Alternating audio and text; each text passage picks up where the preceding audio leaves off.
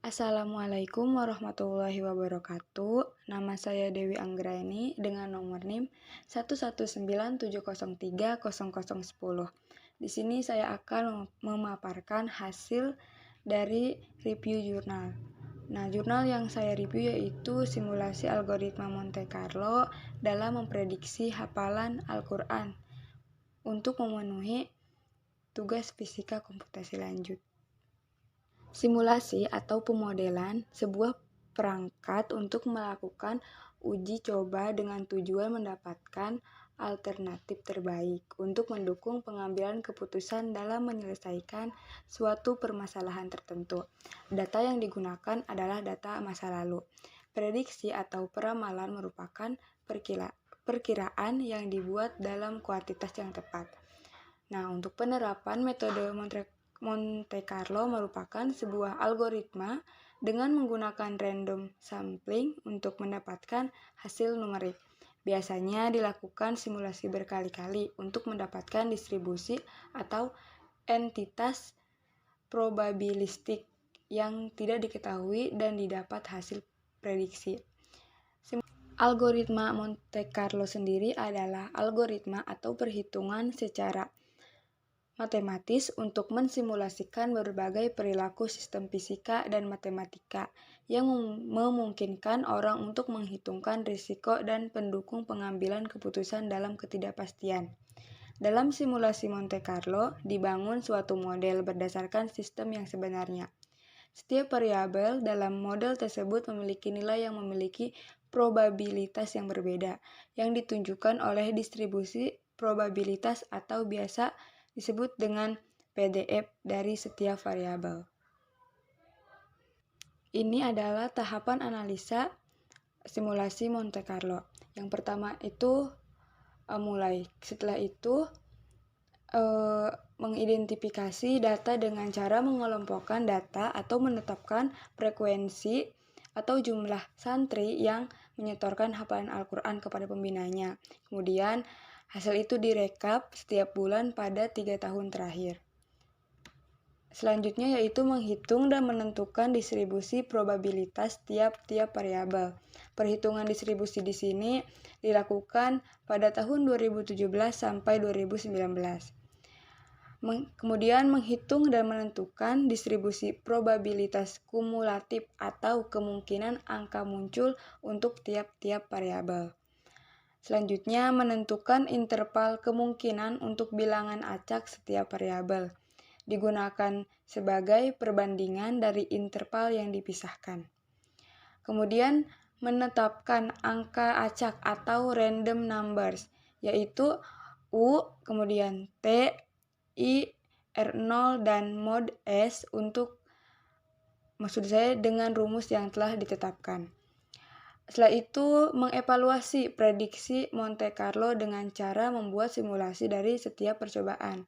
Nah, dari hasil itu dapat diprediksi hasil dari setiap tahunnya. Nah, ini adalah algoritma untuk perhitungannya.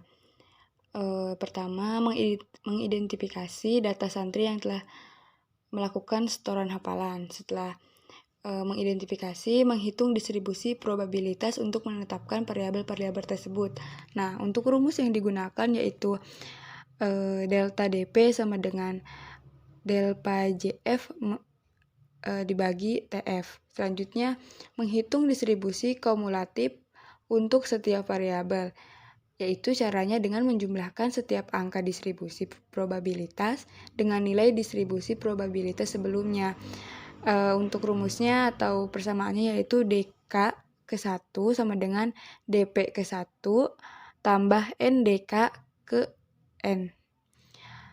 Setelah mendapatkan nilai distribusi probabilitas, kita menetapkan interval angka acak pada setiap variabel. Rumusnya yaitu RI tambah 1 sama dengan U dikali R0 ditambah T dikali mod S. Nah, setelah itu proses pembentukan bilangan acak atau generating random number menggunakan nilai U di sini 4, kemudian T di sini 2, R0 sama dengan 63 dan mod S sama dengan 99. Untuk mendapatkan nilai akhir atau hasil tingkat akurasi dari 3 tahun itu, maka persamaan yang dipakai yaitu TA atau tingkat akurasi sama dengan DR per DP dikali 100%. Selanjutnya yaitu hasil perhitungan dan analisis. Nah, pada tabel pertama atau tabel ke-1 yaitu pengelompokan data santri. Nah, pada identifikasi data total frekuensi santri yang telah menyetorkan hafalan Al-Quran setiap tahun dari tahun 2017 sampai 2019 dengan rekapitulasi berdasarkan bulan dan dalam setahun. Data tersebut akan digunakan pada proses simulasi penggunaan data real untuk memprediksi tahun dari 2017 sampai 2019. Untuk datanya dapat dilihat seperti pada tabel yang tertera. Selanjutnya yaitu membentuk bilangan acak atau generating random number. Nah, untuk pengolahan setiap jumlah santri yang menyetorkan hafalan Al-Quran,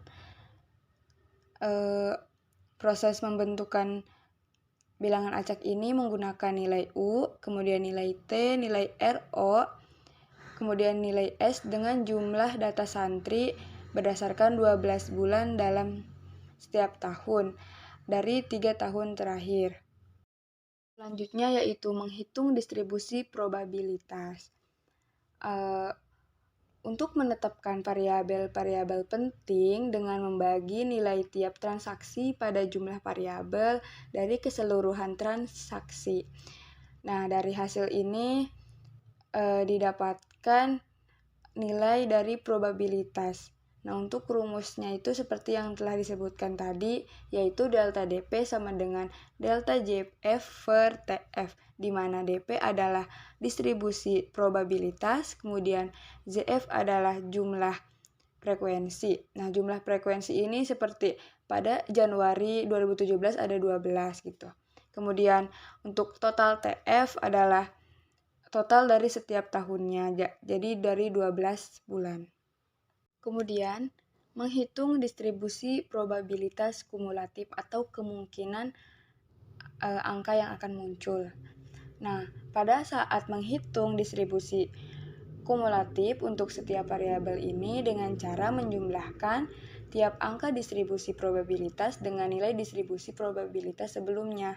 Variabel distribusi probabilitas kumulatif pertama adalah nilai distribusi probabilitasnya, dan seterusnya. Nah, untuk rumus yang dipakai yaitu DK ke-1 sama dengan NDP ke-1 plus NDK ke N, di mana DK itu adalah distribusi probabilitas kumulatif, NDP di sini adalah nilai distribusi probabilitas atau nilai awalnya, kemudian NDK adalah nilai distribusi kumulatif atau hasil dari NDP itu. Selanjutnya yaitu menentukan interval angka acak. Nah, interval angka acak ini dicari masing-masing probabilitas kumulatifnya. Kemudian acak yang digunakan di sini adalah bernilai dari 0 sampai 99, sehingga nilai distribusi kumulatifnya dikonversikan ke nilai acak pada setiap variabelnya. Nah, penggunaan nilai acak ini buat apa sih? Yaitu untuk menetapkan interval nilai dari setiap variabel probabilitas kumulatif. Tahapan ini yang menjadi acuan dari hasil simulasi prediksi ini. Selanjutnya yaitu hasil akhir atau simulasi data. Nah, hasil simulasi data ini dapat ditentukan dengan nilai angka acak dengan nilai yang dihasilkan dari penetapan interval angka acak dari beberapa tabel-tabel sebelumnya.